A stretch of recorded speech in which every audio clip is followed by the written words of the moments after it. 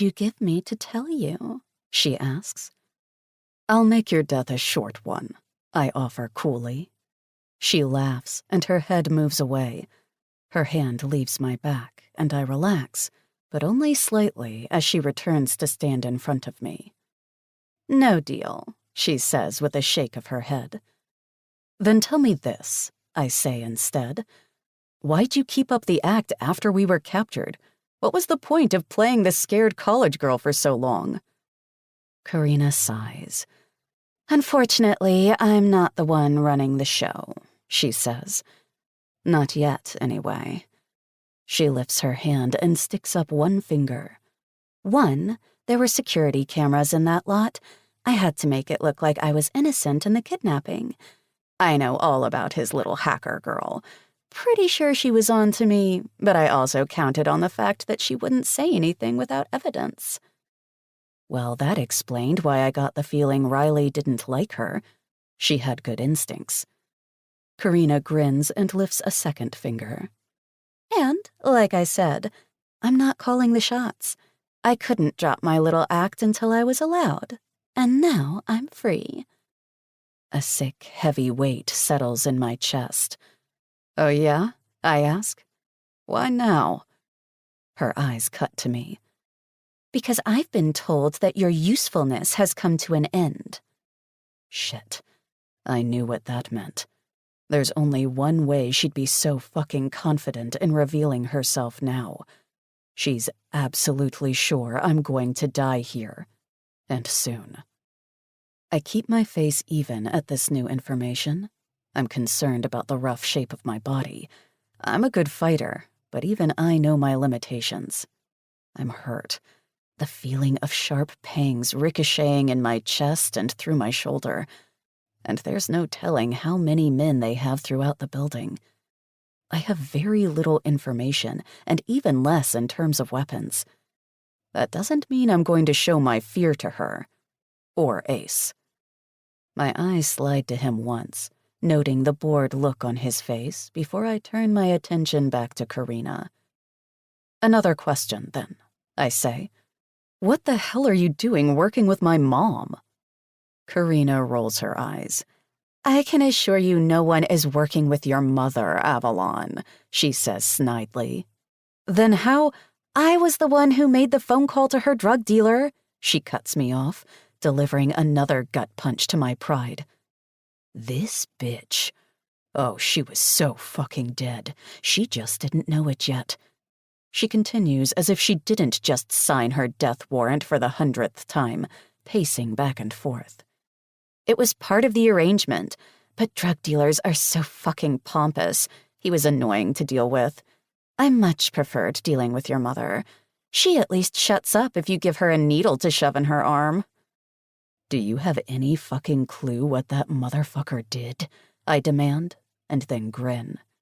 And where he is now? She stops pacing and stands before me. No, she replies haughtily. And I don't really give a shit. She shrugs. I was given a phone and a number and told to call and inform whoever was on the other end when I was sure you were off on your own. So you planned everything, I say. With Kate? How did you know I would go back to Plexton? Karina's eyes rolled. Where else were you supposed to go? She asked sarcastically. And no, I was planning on doing something completely different when I overheard Kate's plans when we got to the house. Dean may think he's unpredictable, but he's a vicious bastard when he feels wronged. Ma'am. Ace's tone is bored as he stands several steps behind her. You have to meet your sponsors. I'll take care of her and then follow. You're right. Karina flips a lock from her ponytail over her shoulder, and I can feel my rage inside boil. My hands twist inside the ties, tugging as they seem to grow tighter with each jerk. She levels me with a smug look, one corner of her mouth lifting upward as she stares down her nose at me. I just wanted to see how she'd handle your torture, she says. I always thought her too tough for anyone and anything attitude was just an act. What do you think, Ace? She turns to him. Will she break under your careful attention? He straightens his spine and uncrosses his arms, letting them fall to his sides. It's not my job to break her, ma'am, he replies tonelessly. I've fulfilled the terms of my contract. Right, Karina says with a nod. I'll be sure to tell Patricia that she got her wish. Karina pauses as she strides towards the doors once more, and I start fighting my bonds even harder. I can't let her leave. Not like this. I want her flesh between my teeth. I want to break every fucking bone in her body. I want to record her screams and play them back for her over and over and over again until she loses her fucking mind. As I fight, though, the feeling in my limbs comes back, and the agony of the stab wound in my shoulder flares to life, so I have to clench my teeth to keep from screaming. Karina shakes her head as she stares back at me. What a pathetic thing you are, she says almost absently. Your own mother hates you enough to want you dead, and so here you'll die, without even a clue as to who else orchestrated all of this or who you really are. Who the fuck are you? She doesn't wait for me to finish my question. Instead, she turns and walks out, the door shutting behind her with a soundless click, locking it into place. My limbs sag, and I breathe shallowly as I stare at my feet. Quietly, Ace makes his way across the room until he reaches his table of torture devices. I hear a phone beep, his, but he doesn't answer it. I remain very still, letting him think I've been beaten. But the reality is that with all of my struggling, I've finally managed to loosen the ties around my wrists. As carefully as I can, I wiggle my sore and aching fingers free and grip the ties to keep my hands behind my back and out of sight. I take no pleasure in this, Ace says. I hope you understand. Like your friend. I look up in time to see him nod towards the door. You really were nothing but a means to an end. I laugh wordlessly and then smile at him. It's a calm smile. Not shaky, not scary. Just a smile as if I were lifting my face and feeling the warmth of the sun on my skin. He frowns, stepping closer before lifting the barrel of his gun and cocking it. The tip presses against my forehead, and my smile widens. A new wave of adrenaline begins to pump through my system. His phone beeps again, but he ignores it, focusing solely on me. It's nothing personal, I say. No, he agrees. It's not. I jerk up from the chair, slamming my feet into the ground and using it to push my momentum forward as I slam into him, wrapping my arms around his body. The gun goes off over my head as his arm goes flying upward. Without thinking, the second we land, I roll to the side, pinning the arm with the gun in his grip to the floor. I bring my elbow down on his wrist, and I hear something crack. He grunts underneath me, but his fingers loosen on the weapon, and I snatch it from his grip, popping back to my feet. The floor sways underneath me as thousands of invisible needles attack my sleeping limbs. Ace isn't one to let himself be killed so easily, though. He kicks out, sending my shaking legs out from beneath me. I go down hard and suddenly find myself pinned to the concrete by a massive body. There's yelling in the distance, but both of us are too focused on the fight right here and now. God fucking damn it, he curses. The first truly emotional outburst I've heard from him. I sink my head down to the floor and let my body go lax. His body tightens over mine, and then I snap forward and slam my forehead into his nose, just as I'd done to Karina. Ace's head sways back as he grunts from the pain. I can feel that ache from before pounding throughout my skull. My arms are shaking, my legs a fucking trembling mess. I am not at my strongest. I'm too hurt and tired for that. My anger, though, makes up for a hell of a lot. I bring my knee up and push it into his dick with meaning as I put the end of his own gun between my chest and his, the barrel pointed right at his heart. "Get the fuck up," I grit out. With blood pouring down his face, he slowly edges back and then gets to his feet. I follow, moving much slower because of all the aches and pains. My hand, though, remains steady as I point the gun. "What are you going to do now?" he asks. His eyes are crystalline, like looking into an endless pool of water, empty of flecks. His pupils are the only darkness I see. It's unnerving. "I'm getting the hell out of here," I snap, "and you're going to help me." Fuck waiting for Dean. I'm done waiting. The second that thought occurs to me, however, there's more gunfire in the hall. This time we notice because moments following it, an explosion rocks the building, shaking the room. Dust falls from the one brick wall, and the ceiling overhead shifts, caving in right between where Ace and I stand. A large chunk of it comes crashing down, sending the two of us diving in different directions. And when the dust clears and I manage to get back to my feet once more, the door is hanging off its hinges, and Ace is nowhere to be seen. Anger flares through me, and I clench my teeth to keep from hitting something. There's no point now. Ace will be on the run now, he and Karina both. They may have gotten the drop on me once, but that won't happen again. Knowing the sick boys as well as I do, I'll bet anything that this little break-in is their doing. Dean doesn't do anything half-assed. So go ahead, I think to myself as I struggle forward, wheezing as my chest aches with pain. Run, little bitches, run. I'm coming for you. 48. Dean. The gun feels right in my hand, but at the same time it doesn't feel like enough. I need something more. I need blood on my skin. The hail of violence in my ears. My comm unit beeps and Troy's voice comes over the receiver. "Mission started," he states. "Target acquisition engaged." Braxton moves along my back as Abel strides ahead. Each of us is covered by bulletproof vests, and I'm intricately aware that Avalon won't be. The blood in my veins fucking sizzles with barely suppressed fury.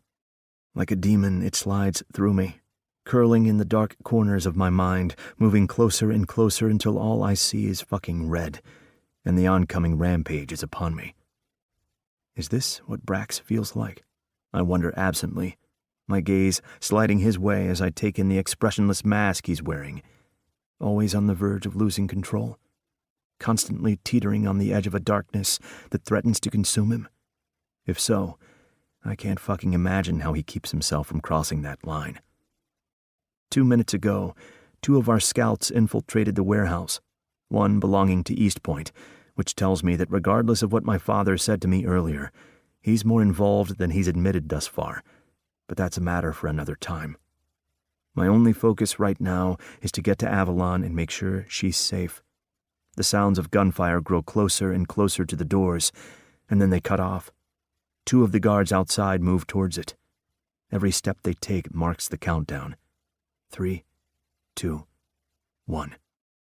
The doors on the warehouse blow open, and the 2 guards are flown from the scene as the blast sends them sprawling out on the concrete pavement. The building shakes, but remains standing for now. "Go time," Abel says, and takes off. I follow him, quickly overtaking him as I storm through the rubble the door blast has left behind. Braxton hovers back to put a bullet in each of the guards as they groan and sit up. No one leaves here alive. No one but the girl we came for. This warehouse is unlike the one we'd met the old men in before. It's much larger, the layout more complex. We'll have to search each and every fucking room until we find her. The second someone steps out that doesn't belong to our crew, I lift my gun, take aim, and pull the trigger. The asshole's head goes back the second my bullet makes contact. His body falls, and I'm already on the move, picking up the pace. Abel slams into a room ahead of me, calling out a frustrated, "Clear," before moving on to the next. Halfway down another hallway, a body comes flying out of a doorway and straight into me. I react without thought, shoving my fist into the guy's face. He dives into me, slamming me back into the wall, making me lose my grip on my gun. It clatters to the ground, and I use my now freed hands to grip the back of his skull and bring my knee up into his face. He stumbles back and then growls, punching me in the face. His fist skims up the side of my cheek into my eye socket, and I roar with fury a split second before he delivers a second punch. It's the last one he gets. A gun goes off, and the unknown man slumps to the ground, dead. I turn and scowl as Abel glares at me. "We don't have fucking time," he snaps. "Pick up your gun." I spit out a wad of blood and reach beneath the fucker to grab my gun. He's right. We don't have time. "Dean." With all of the gunfire, I almost don't hear Braxton's voice as he rounds my back and stops at my side. I jerk towards him. "What?" "We need to keep one of them alive to confirm who was behind this," he says, scanning our surroundings as we stop along the intersection of another hallway. Abel turns and looks back with a scowl. "We know who the fuck is behind this," he snaps. Oh, how I wish that were fucking true. We think we do, but we don't know why. I snarl low in my throat. "Fine," I growl, "but only one. And after he gives us what we want, he's a dead man too." Abel stomps back towards us, fury on his face, but halfway back down the hall, he stops and jerks his arm up. "Down," he yells, just as a gunshot splits the air. Braxton and I hit the ground, rubble digging into my sides as I swivel my head and look behind me just in time to see a man with a rifle go down. Only Abel's bullet isn't the one to send the motherfucker flying to the floor. No, instead, it's a fucking avenging angel. Avalon steps out from a doorway, her shoulders soaked red with blood and her hair hanging in wet strands around her face. She looks like complete and utter shit. Bruised as fuck, swaying against the wall as she reaches out and puts a free hand to catch her fall as she sags against the side of the hallway. But she looks fucking perfect to me, because she's alive. "Avalon!" I'm on my feet and barreling down the corridor without a second thought. The sound of Braxton and Abel's curses trail after me, but I couldn't give a fuck less. She's here. She's alive. She's about to pass the fuck out. The second my arms are around her, the gun in her grip drops to the floor, and she slumps against me. The heat of her breath against the dark fabric covering my arm, however, lets me know that she's still good, especially when her lips part, and she mumbles something. "Avalon." I reach down and lift her up fully in my arms, letting my own gun fall to the floor as I do so. "What is it?" "Stupid asshole," she grunts. "What the fuck took your asses so fucking long? I swear to God, you're never going to hear the end of this. I'm gonna string the three of you up by your motherfucking balls. I bark out a laugh, shaking my head. It feels like all of the anger and violence I've been stewing in for the last several hours has been cut off. Oh, it's all still there, but shoved further back into the recesses of my mind to deal with the fact that Avalon is in my arms and threatening my balls. It's a shock of relief I've never felt before. I sink against the wall, just relishing the feeling of her in my arms, cursing up a storm. Abel steps up and reaches down, retrieving the guns from the ground. "We've got to go," he says. "She needs a hospital." He nods down to the still bleeding wound in her shoulder. I inhale sharply and heft her up further against my chest. "Save the theatrics for later, baby," I suggest. Abel's right. "Fuck you," she mutters. I shoot a look at Braxton. "Go," I order. "Get what we need. Be out in 15. As soon as we're back to the vehicles, this place gets fucking leveled." He nods and turns to start jogging back down the hallway, towards the sound of more gunfire. Once he's gone, I turn to Abel. "Lead us out," I say. "I don't think she can walk." "I can walk just fine," Avalon barks, squirming in my arms. I tighten my hold. "Well, you're not going to," I reply. "Stay where you are or I'll tie you up and throw you over my shoulder." Her squirming must upset one or two of her wounds, because instead of replying, she merely grimaces and stiffens against my chest. "Yeah, It's definitely time to get the fuck out. Abel tucks Avalon's gun into his empty holster and then puts mine in his pack. "Let's go," he says. The three of us take off, moving back through the maze of hallways, over rubble and bodies that litter the place. Once we make it outside into the clean, unstifled air, Avalon begins to shift in my arms. I don't let her down. Not until we reach the SUVs waiting. In my ear, static sounds, and then Troy comes over the receiver again. "All hostiles have been taken care of," he says. "What's your next order?" Abel moves ahead of me, to the back seat of the SUV and opens the door. I set Avalon gently in its interior, half expecting her to be passed out. Instead, I find her wide awake. I cup her face and lean down, pressing my forehead to hers. "You're never going anywhere without me again," I say to her. She snorts. "Good luck keeping to that." "I'm serious," I snap. Her storm cloud gaze finds mine. This close, I can see all of the popped blood vessels in her eyes. It makes the anger in me flare back to life for a brief moment. Avalon Manning is mine. Mine. And someone touched what was mine. Whoever they are, they have no fucking clue the war they just started. "So am I," she replies. But immediately after the words leave her lips, she reaches for me.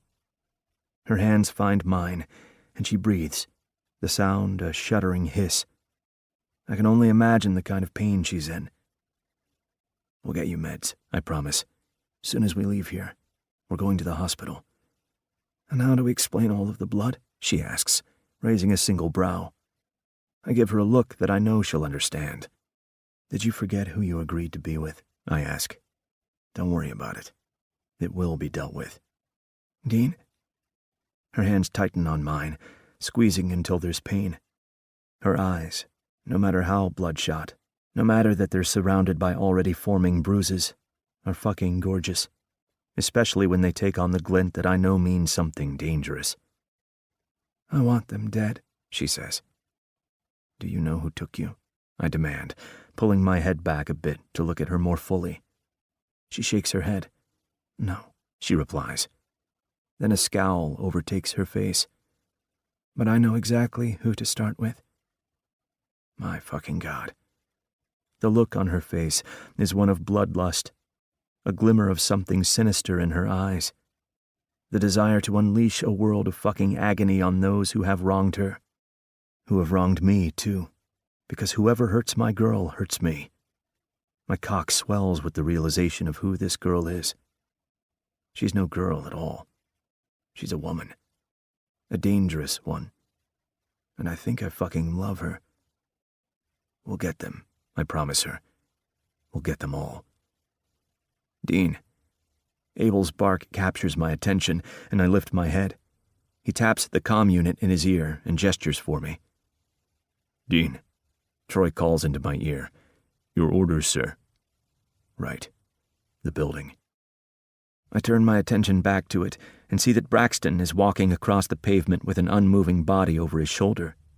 He takes one look at us, nods, and then moves to the back of a second SUV, tossing it into the trunk. It's done. We've got what we need to move forward. I press the button on my comm and push out the order that will end this fucking night from hell. "Raise it all to the fucking ground," I say. "Leave nothing left behind. We're sending a fucking message.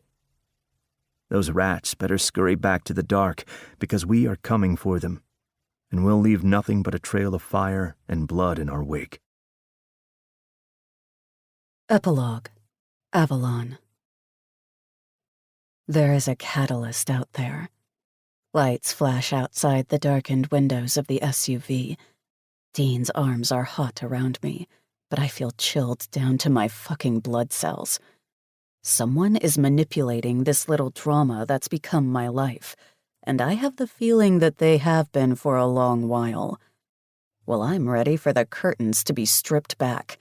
I'm ready to take center stage and face the shadows that have been plaguing me. No amount of torture can stop me. No amount of betrayal. This will be a tragedy. Just not mine.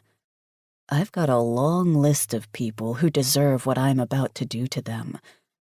My only hope is that once it's all over, that's all it'll be. I'm fucking tired of fighting just to survive.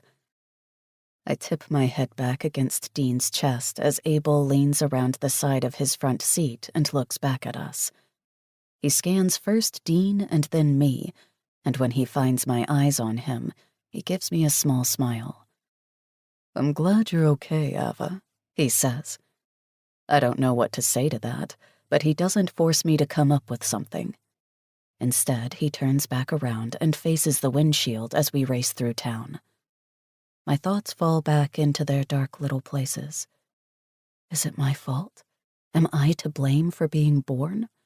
Or is there more? Dean's hand touches mine, his fingers intertwining with my own. The heat seeps into my flesh, and I close my eyes to the passing scenery around me. The city lights are too bright for my burning irises. There's nothing but dark shadows beyond the car and buildings as the clock on the dashboard etches 24 minutes past 4 a.m. I can't remember when I was taken. I know it hasn't been more than several hours, but it feels like a whole lifetime has passed, because in those several hours, some of the faces behind all of my past pain and trauma have come to light. They now have an identity. They now have a name.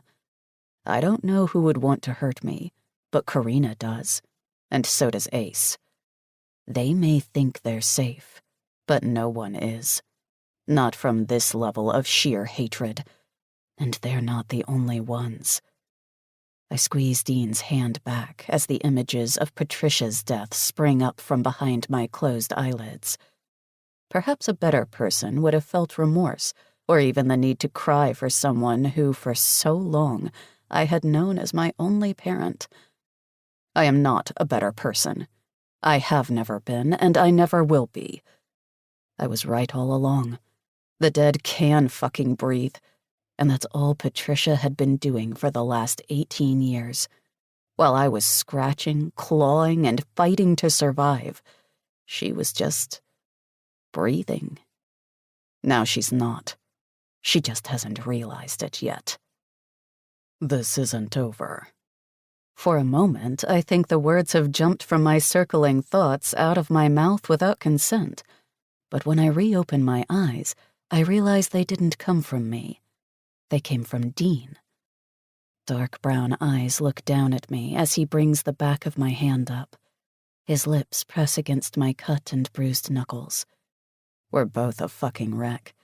His right eye is partially swollen. It's forming a black eye that I don't think he realizes he has.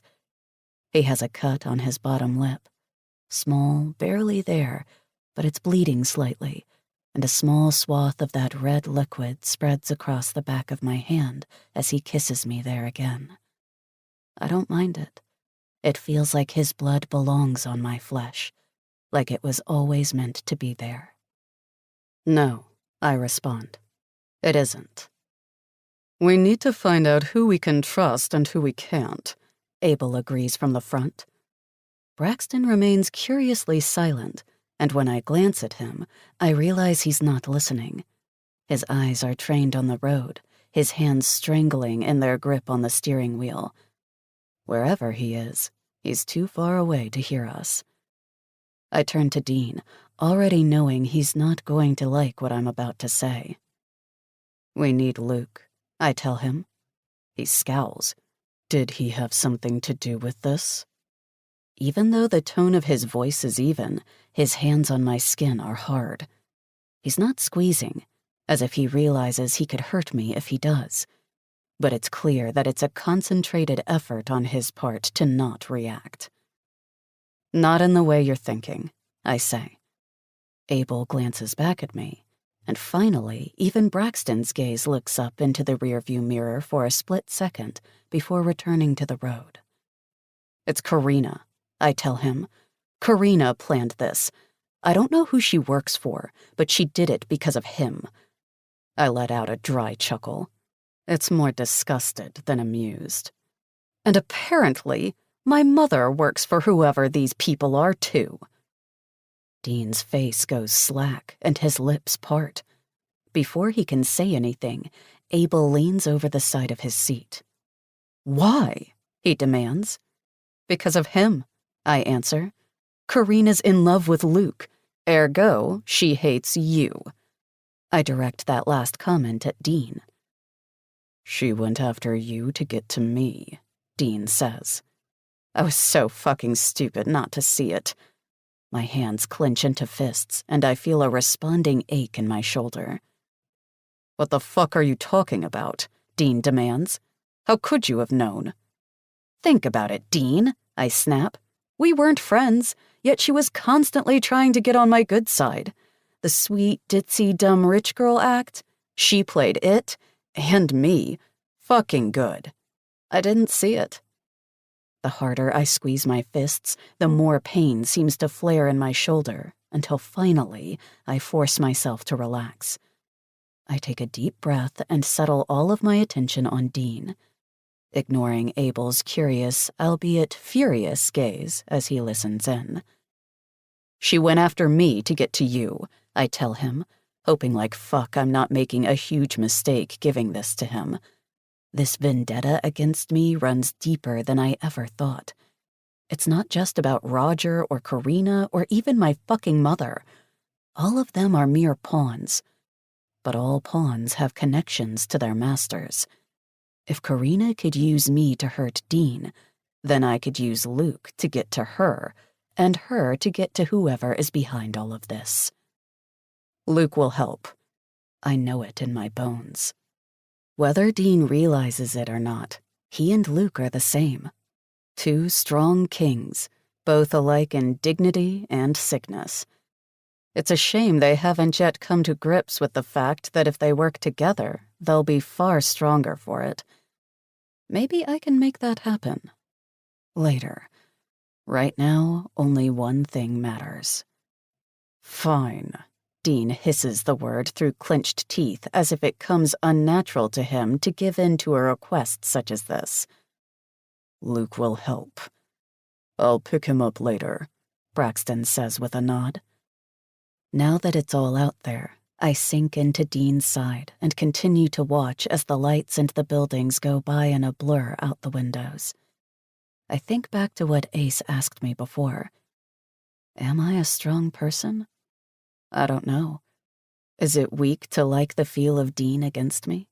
To find relief in the fact that he did come for me?